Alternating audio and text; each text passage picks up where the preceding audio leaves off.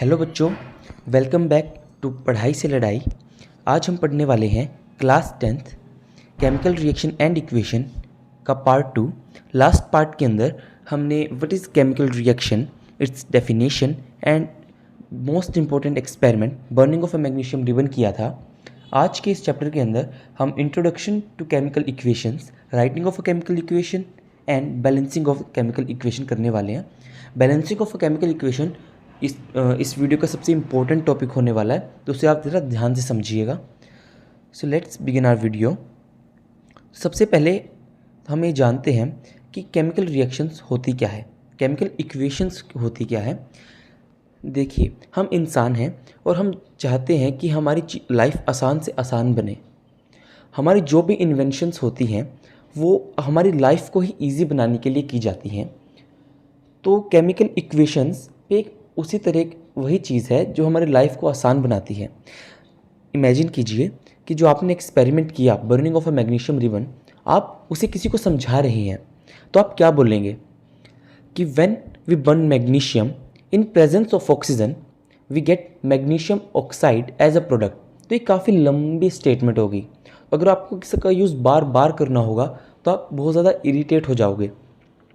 तो इसी प्रॉब्लम को टैकल करने के लिए केमिकल इक्वेशंस को बनाया गया। केमिकल इक्वेशंस इट्स कुछ नहीं है, it's just an easy way to represent a chemical reaction. Chemical equation एक रिएक्शन को लिखने का ईजी ढंग है जिसे हमें ज़्यादा ना लिखना पड़े और हम इरिटेट ना हों। जैसे इसके भी कई तरीके हैं, जैसे वर्ड फॉर्म।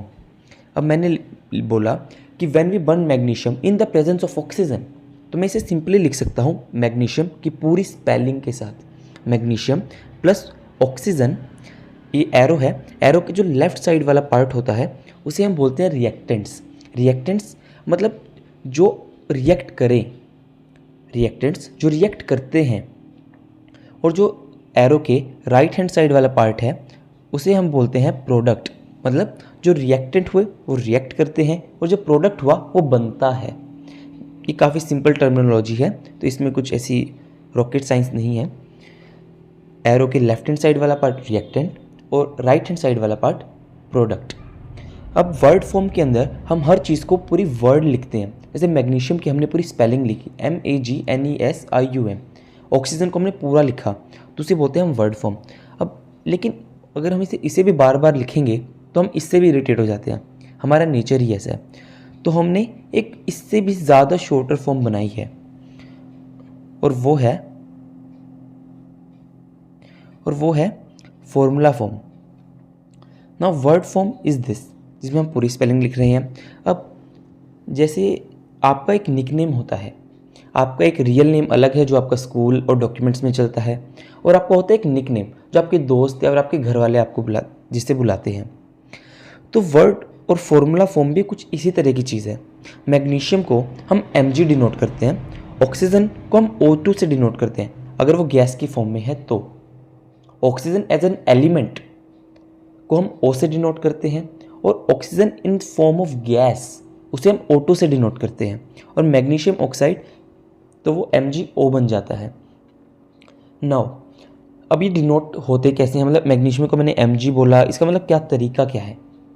देखिए, जनरली हमारे जितने भी एलिमेंट्स हैं उनका जो भी स्टार्टिंग का वर्ड है या स्टार्टिंग के एक दो वर्ड हैं वही उसका निकनेम या फिर फॉर्मूला होता है। जैसे मैग्नीशियम का Mg, कोबाल्ट का CO, एंड हाइड्रोजन का H, हीलियम का He, नियोन का Ne, फ्लोरीन का F, नाइट्रोजन का N, ऑक्सीजन का O। बट कुछ एलिमेंट्स होते हैं जैसे सोडियम, उसका होता है Na, और पोटेशियम उसका होता है K, आयरन उसका होता है Fe। अब आप सोच रहे होंगे कि ये एनोमलस कैरेक्टर क्यों शो कर रहे हैं। एनोमलस मतलब थोड़ा हटके, ये सब क्यों शो कर रहे हैं। तो इसका रीज़न ये है कि जितने भी हम ये जो रूल बना है कि उसका जो फर्स्ट 2 लेटर्स को हम उसका फॉर्मूला बना देंगे, वो लैटिन लैंग्वेज के बेसिस पे है। जैसे सोडियम हमारी कॉमन लैंग्वेज है और लैटिन लैंग्वेज में हम उसे नेट्रियम बोलते हैं, दैट्स वाई उसका जो फॉर्मूला है वो Na है। सिमिलरली आयरन को हम फेरम बोलते हैं, इसलिए उसका फॉर्मूला Fe है। And potassium is also some word starting from K, that's why उसको हम के से डिनोट करते हैं। नाउ एक वर्ड होता है स्केलेटल इक्वेशन। स्केलेटल इक्वेशन का मतलब है अनबैलेंस्ड इक्वेशन, और यही हमारा पूरा बेस बनने वाला है आगे का, कि हम स्केलेटल इक्वेशन को मतलब अनबैलेंस्ड इक्वेशन को बैलेंस करने वाले हैं। जैसे mg plus O2 give me MgO, यहाँ पे स्केलेटल इक्वेशन है। राइट हैंड अगर हम लेफ्ट हैंड साइड में देखें तो हमारे पास 2 O2 है, O 2 है, O2 मतलब ऑक्सीजन के 2 मॉलिक्यूल, और MgO के अंदर सिर्फ एक है O, तो ये अनबैलेंस्ड हुआ। नाउ आगे हम बस यही सीखने वाले हैं इस वीडियो के अंदर कि balancing of a chemical equation. जैसे थैनोस गमोरा को सिखाता है कि बैलेंसिंग कैसे होती है, आज मैं भी आपको उसी ईजी वे से समझाने वाला हूँ। इसका बेसिक सा रूल ये है कि number of elements in the reaction is equal to that in product. मतलब जितने भी मोल कह लो या मोलिक्यूल्स कह लो, अब अगर आपको मोल नहीं पता तो आपको अगर मैं ब्रीफली समझाऊं तो मोल का मतलब है जैसे एक डज़न के अंदर 12 चीज़ें होती हैं। अब वो 12 कुछ भी हो सकता है, वो मैंगोज़ हो सकते हैं, एग हो सकते हैं, बनानाज हो सकते हैं, वो कुछ भी हो सकता है। डज़न मतलब 12।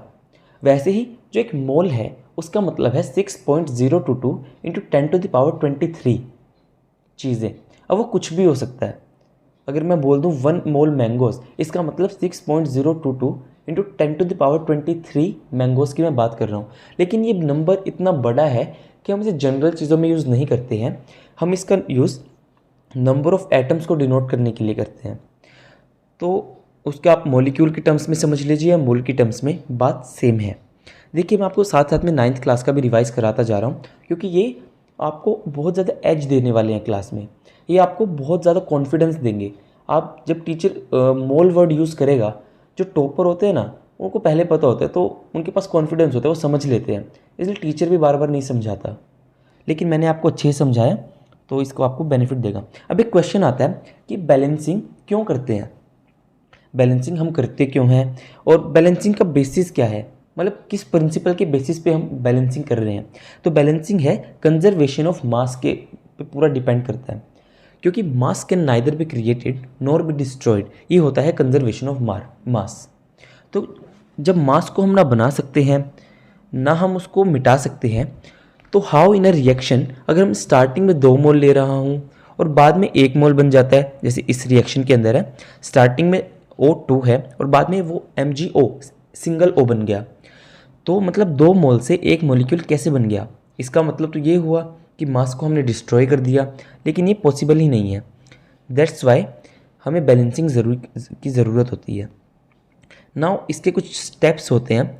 सबसे पहले आपको ये समझने की ज़रूरत है कि जो बैलेंसिंग है वो एक हिट एंड ट्रायल मेथड है। ज़रूरी नहीं है कि अगर ऐसा कोई फॉर्मूला नहीं है कि अगर इसके अंदर आप ये प्लस करोगे फिर ये माइनस कर दोगे, ये मल्टीप्लाई करोगे, डिवाइड करोगे तो आपको एग्जैक्ट आंसर मिल जाएगा। एक बैलेंसिंग एक हिट एंड ट्रायल मेथड है, इसको हम स्टेप वाइज समझते हैं। तो फॉर एग्जांपल हमने एक ये इक्वेशन यहाँ पे ले ली है, एनसीईआरटी से ही मैंने इक्वेशन को उठाया है। Fe मतलब आयरन, H2O मतलब वाटर, Fe3O4 का मतलब होता है ferric oxide. Actually iron 2 forms में एग्जिस्ट करता है, FeO और Fe2O3, जिसको हम कंबाइन करके लिख देते हैं FeO मतलब एक F और एक ऑक्सीजन, Fe2O3 मतलब 2 F और 3 ऑक्सीजन, तो उसको ऐड कर देते हैं हम, तो ये बन जाता है Fe3O4। आपको नहीं भी समझ में आया तो कोई बड़ी बात नहीं है, ये जस्ट एक एक्स्ट्रा नॉलेज थी। प्लस हाइड्रोजन गैस इवॉल्व होती है। अब अगर इसके अंदर आप देखो तो लेफ्ट हैंड साइड में 1 ऑक्सीजन है और राइट हैंड साइड में 4 ऑक्सीजन है। सिमिलरली आयरन भी बैलेंस्ड नहीं है और सिर्फ हाइड्रोजन इसके अंदर बैलेंस्ड है इन द इनिशियल स्टेज। तो स्टेप नंबर 1 देखते हैं, list the number of atoms of different elements present in the unbalanced equation. तो जैसे ये लिस्ट बनाई हुई है, एलिमेंट के नाम लिख लेंगे और उसके बाद LHS मतलब रिएक्टेंट्स के अंदर वो कितने कितने प्रेजेंट है और प्रोडक्ट के अंदर। जैसे देखिए आयरन है, लेफ्ट हैंड साइड में सिर्फ 1 आयरन प्रेजेंट है और प्रोडक्ट साइड में 3 आयरन प्रेजेंट है, Fe3, इसका मतलब 3 आयरन। तो आयरन हमने वैसे उसके लिस्ट कर लिया। अब हम बढ़ते हैं नेक्स्ट स्टेप की तरफ। जो स्टेप नंबर 2 है वो मतलब एक चॉइस है, ऐसे फिक्स नहीं कर रहा। यहाँ पे लिखा है इट इज़ ऑफन कन्वीनियंट, मतलब ये आपको ज़्यादा फेवरेबल तरीका है।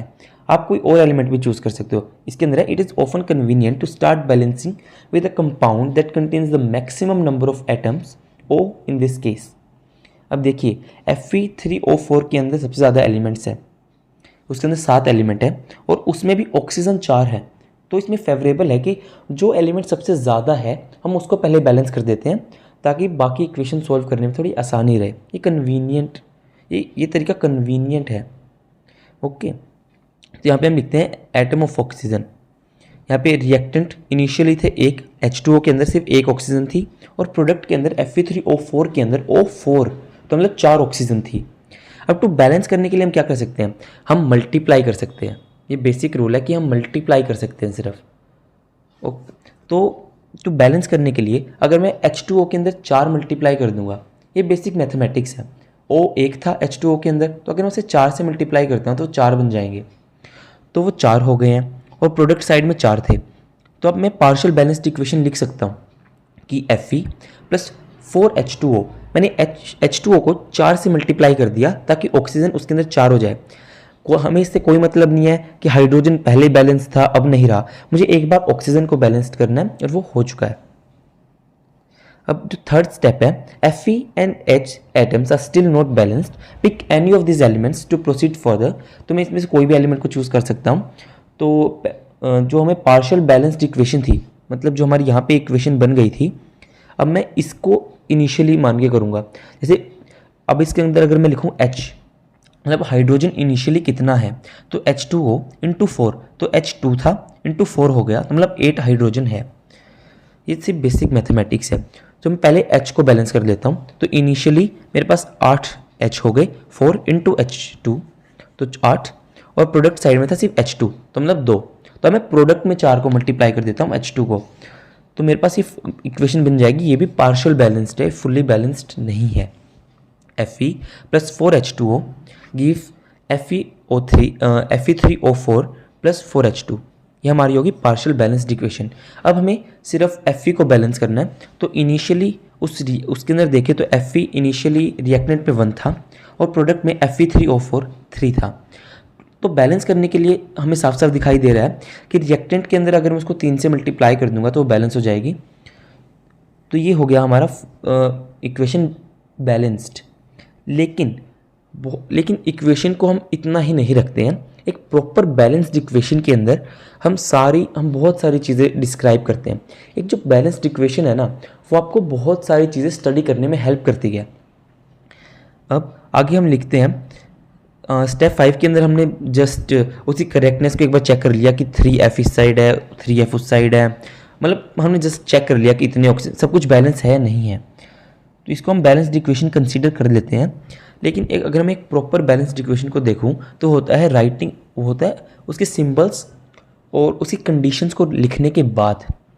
तो Fe है, आयरन को हम सॉलिड की फॉर्म में लेते हैं, हम आयरन के टुकड़े लेते हैं, तो उसकी साइड में लिख दिया मैंने ब्रैकेट में S मतलब सॉलिड, और H2O है उसको हम गैस की फॉर्म में लेते हैं, गैस मतलब स्टीम की फॉर्म में। अब ये चीज़ आप आगे पढ़ने वाले हो कि कौन सा मेटल स्टीम से रिएक्ट करता है, कौन सा कोल्ड वाटर से रिएक्ट करता है, और कौन सा मेटल हॉट वाटर से रिएक्ट करता है। तो इसलिए अभी के लिए आप जान लीजिए कि आयरन है वो स्टीम से मतलब हॉट वाटर से रिएक्ट करता है। Fe उसके बाद आता है मतलब Fe3O4, जो मतलब इसको हम जंग बोल सकते हो आप, जो जंग लग जाते हैं ना लोहे को, रेडिश ब्राउन कलर का, वो है ये, वो होता है सॉलिड, और H2 है वो एक गैस होती है। तो ये हो गया हमारी perfectly balanced equation with physical states. Now मैंने 2 एग्जांपल भी दिए हैं आपको।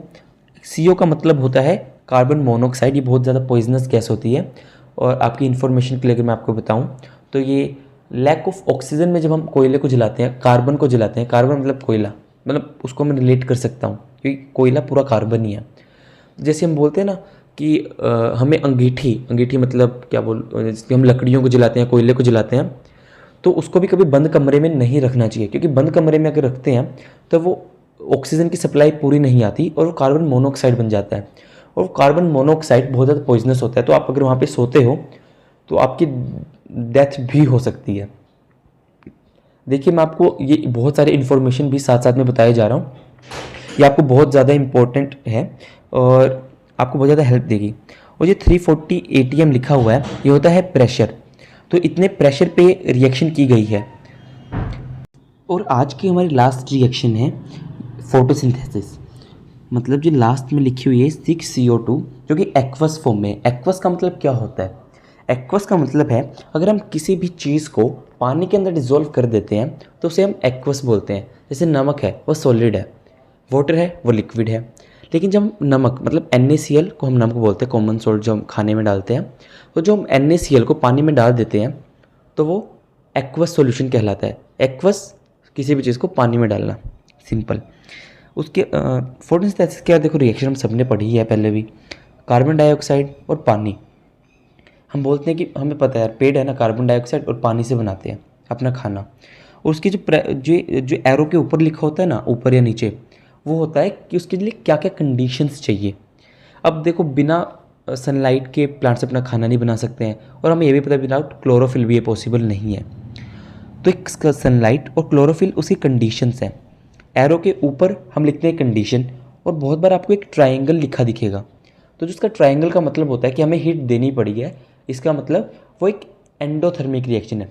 आपको याद होगा कि एंडोथर्मिक क्या है, अगर आपने मेरा फर्स्ट पार्ट देखा है। एंडोथर्मिक जो जो रिएक्शंस हीट लेती है, एक्सोथर्मिक जो रिएक्शंस हीट देती हैं।